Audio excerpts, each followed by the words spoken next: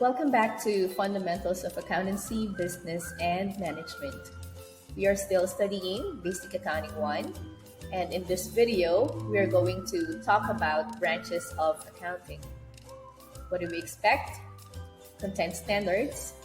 The learners demonstrate an understanding of the varied branches and areas of accounting, particularly financial accounting, management accounting, government accounting, auditing, tax accounting, cost accounting, accounting education, and accounting research.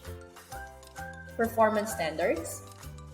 The learners shall be able to make a list of business within the community on the types of accounting services they require and solve exercises in the identification of the branches of accounting described through the types of services rendered. Learning competencies. The learners shall be able to differentiate the branches of accounting and explain the kind or type of services rendered in each of these branches. All right, we are presented here 8 branches of accounting. We have financial accounting, government accounting, auditing, accounting education, management accounting, tax accounting, cost accounting, and accounting research. Accounting is divided into several branches to better serve the needs of different users with varying information needs. Sometimes these branches overlap and they're often closely intertwined.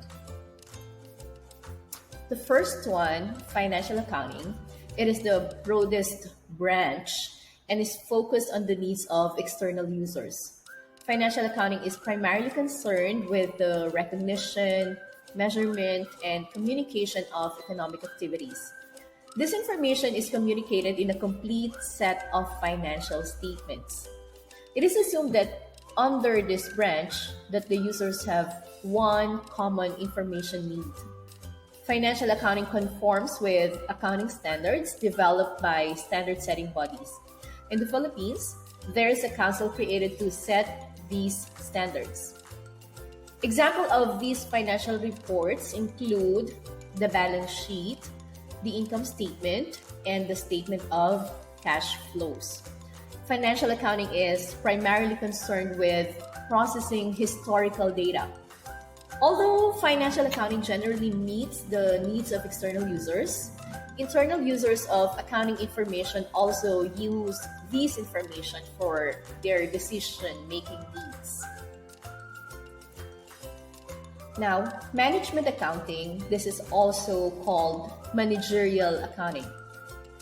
Management accounting emphasizes the preparation and analysis of accounting information within the organization. The objective of managerial accounting is to provide timely and relevant information for those internal users of accounting information. And who are these internal users? We have the managers and the employees, because managers and employees also have decision-making needs. Oftentimes, there are sensitive information, and this information is not distributed to those who are outside the business. For example, the prices, the plans to open up branches, this information is kept within the company. Now, managerial accounting involves financial analysis. You have budgeting and forecasting. You have cost analysis, and evaluation of business decisions, and more. The next one is government accounting.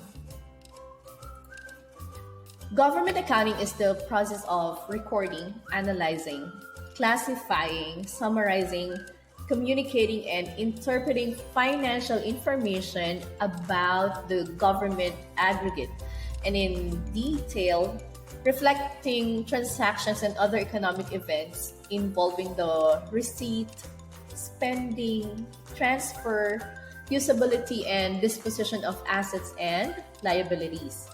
This branch of accounting deals with how the funds of the government are recorded and reported.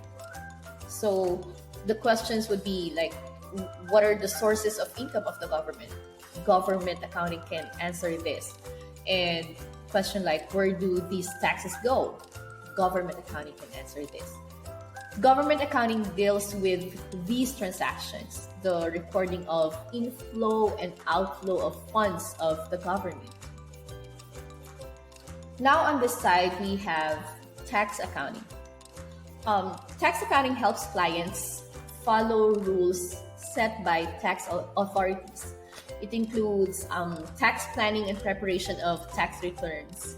It involves determination of income tax and other taxes, tax advisory services, such as ways on how to minimize your taxes legally, and evaluation of the consequences of tax decisions and other tax-related matters. Now for auditing, there are actually two types of auditing. We have internal auditing and we also have external auditing. External auditing refers to the examination of financial statements by an independent CPA. So we all know that CPA is Certified Public Accountant. And the purpose is to express opinion as to the fairness of the presentation and compliance with the generally accepted accounting principles, which we call GAAP. Now, the audit does not cover 100% of the accounting records, but the CPA reviews a selected sample of these records and then they issue an audit report. Now, for internal auditing, it deals with determining the operational efficiency of the company regarding the protection of the company's assets, or accuracy and reliability of the accounting data, and adherence to certain management policies. It focuses on evaluating the adequacy of a company's internal control structure by testing segregation of duties, policies and procedures, degrees of authorization, and other controls implemented by management.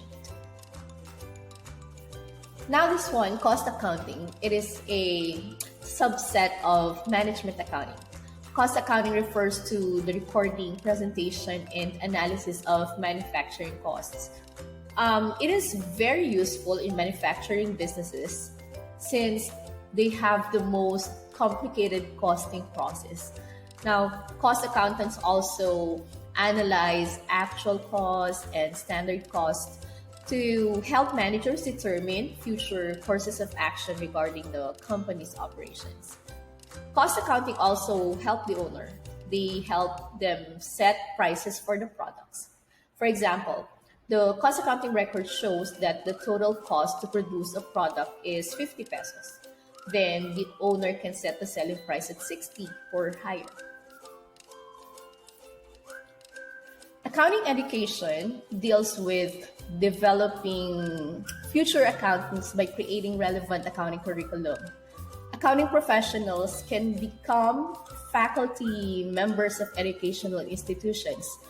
Accounting educators contribute to the development of the profession through their effective teaching, publications of their research, and influencing students to pursue the career in accounting.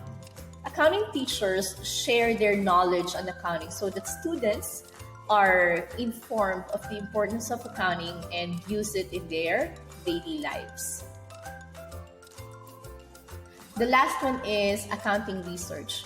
It focuses on the search for new knowledge on the effects of economic events, on the process of summarizing, analyzing, verifying, and reporting standardized financial information, and on the effects of reported information on economic events. Now, researchers typically choose a subject area and a methodology on which to focus their efforts. The subject matter of accounting research may include information systems, auditing and assurance, corporate governance, financials, managerial, and tax issues. Now, accounting research plays an essential part in creating new knowledge. Academic accounting research addresses aspects of the accounting professions using a scientific method. Practicing accountants also conduct accounting research that focus on solving problems for a client or a group of clients. The accounting research helps standard setting bodies around the world to develop new standards that will address recent issues or trends in global business. Now that you already have an idea on the different branches of accounting, the next question would be, which branch of accounting do you want to focus on?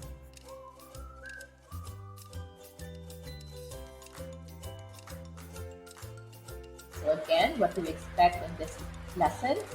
Content standards. The learners demonstrate an understanding of the varied branches and areas of accounting, particularly financial accounting management. Performance standards. The learners shall be able to make a list of business within the community. Ba't ang pangit ang hair mo?